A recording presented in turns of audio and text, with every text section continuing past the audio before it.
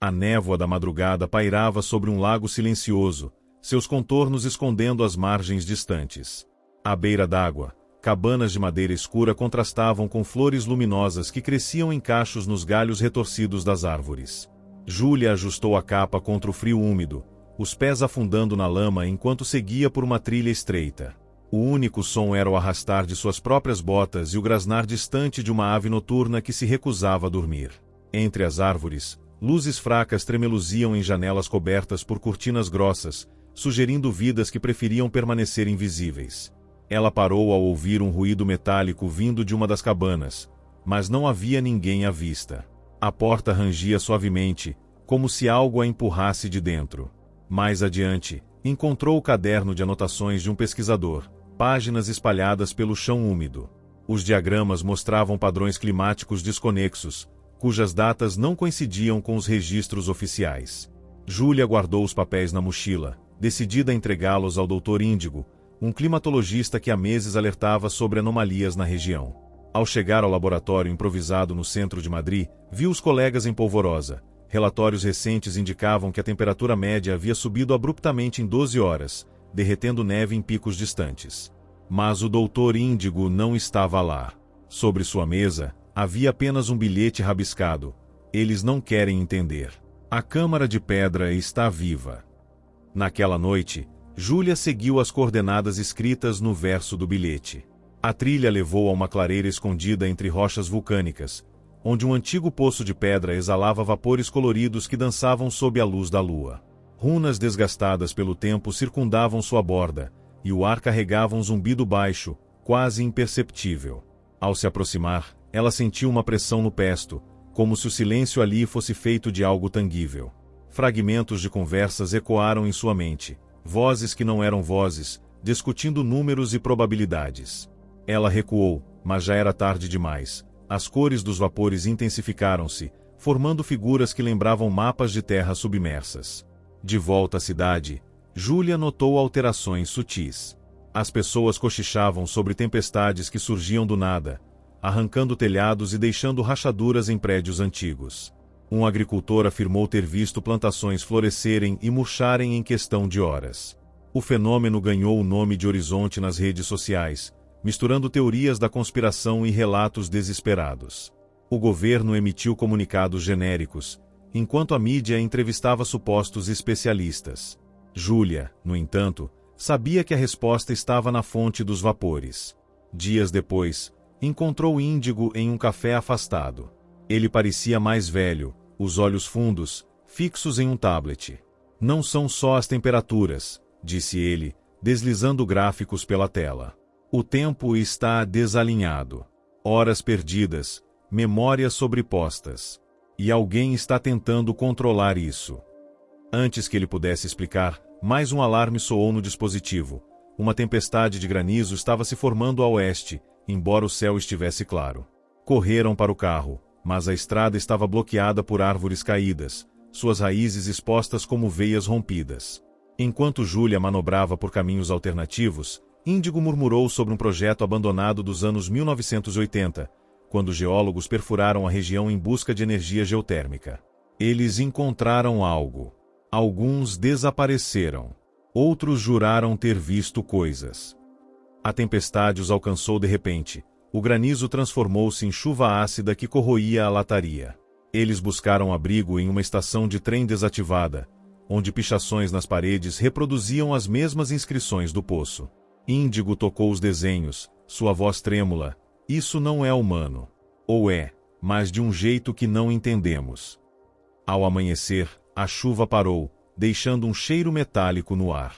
Júlia percebeu que seu relógio marcava meia-noite, embora o sol já estivesse alto. Índigo havia desaparecido, deixando apenas seu casaco e um fragmento de rocha vulcânica. No bolso, um papel com uma única frase: o horizonte não é um lugar. É um aviso. Ela voltou ao lago, agora cercado por uma neblina densa que engolia sons e luz. Ao longe, viu figuras andando em círculos, como se procurassem algo que nunca esteve ali. O vento trazia um cheiro de ozônio e terra queimada quando Júlia chegou ao Museu de História Natural, suas portas trancadas há semanas. Pela janela quebrada, Viu vitrines reviradas e mapas antigos espalhados pelo chão. Um deles, datado do século XIX, mostrava a região do lago como um delta de rios secos, com anotações em latim sobre portais de vapor. Enquanto recolhia os papéis, uma voz ecoou do corredor. Você também sentiu, não é? Era a doutora Valéria, ecóloga de Índigo, seu rosto marcado por arranhões recentes. As testemunhas estão sumindo, disse, entregando a Júlia um pendrive. Dados de satélite mostram que o horizonte não é aleatório. É uma resposta. Antes que pudesse explicar, mais uma explosão abalou o prédio. Elas correram para o subsolo, onde uma sala secreta continha monitores ligados a sensores enterrados perto da câmara de vapores. As imagens mostravam figuras humanas entrando na névoa, mas seus movimentos pareciam descoordenados, como se estivessem sendo reescritos. Valéria ajustou os parâmetros de um programa. Cromotipos instáveis. Alguém está tentando sincronizar eventos passados e futuros.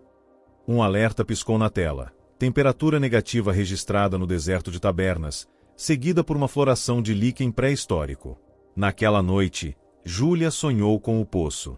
Desta vez, os vapores formavam rostos conhecidos. Índigo, Valéria, até ela mesma, todos sussurrando equações em idiomas mortos. Acordou com a mão sobre um diário escondido na mochila que não era dela. As páginas detalhavam experimentos com cristais vulcânicos, assinados por um certo Dr. Corvo, desaparecido em 1987. A última entrada era uma pergunta: e se o clima não for o problema, mas a solução?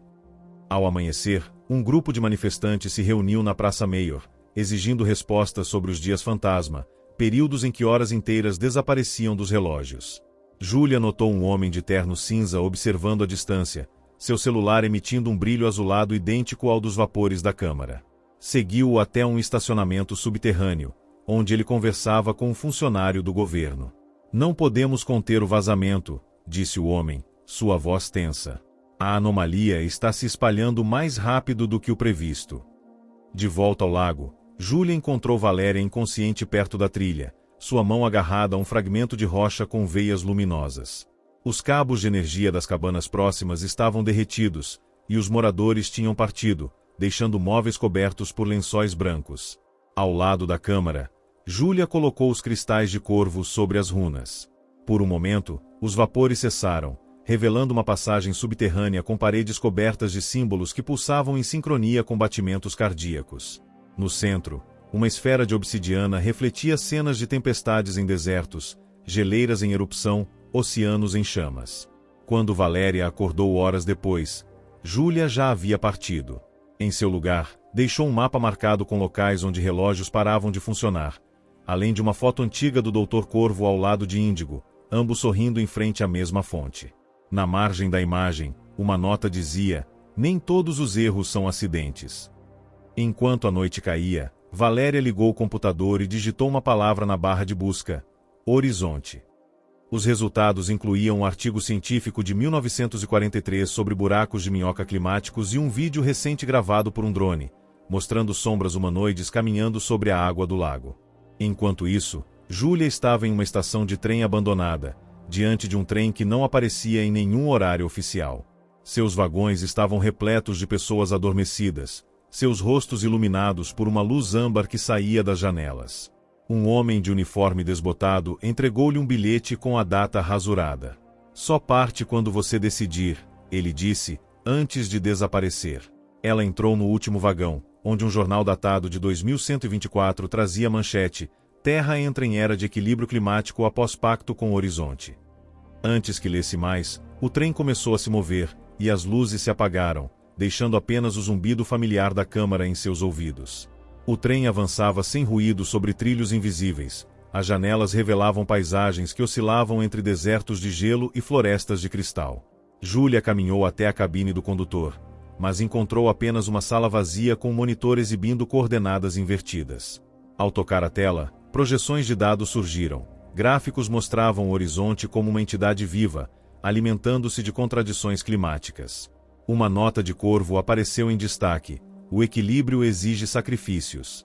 Nós éramos os sacrificadores, agora somos a oferta. Enquanto o trem parava abruptamente, Júlia viu sua imagem refletida em uma janela, mas era mais jovem, segurando um brinquedo quebrado. A porta se abriu para um Madrid irreconhecível, arranha-céus cresciam como raízes para o céu, e os rios corriam em espirais. Pessoas usando máscaras de animais discutiam em praças, enquanto hologramas de políticos antigos alertavam sobre a era da sincronicidade. Um vendedor ambulante ofereceu uma maçã que murchou e renasceu em segundos.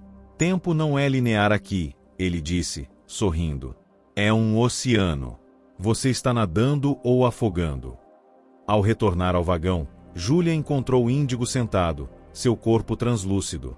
Você entendeu? Ele perguntou, apontando para a esfera de obsidiana em suas mãos. O horizonte não é uma ameaça. É uma correção.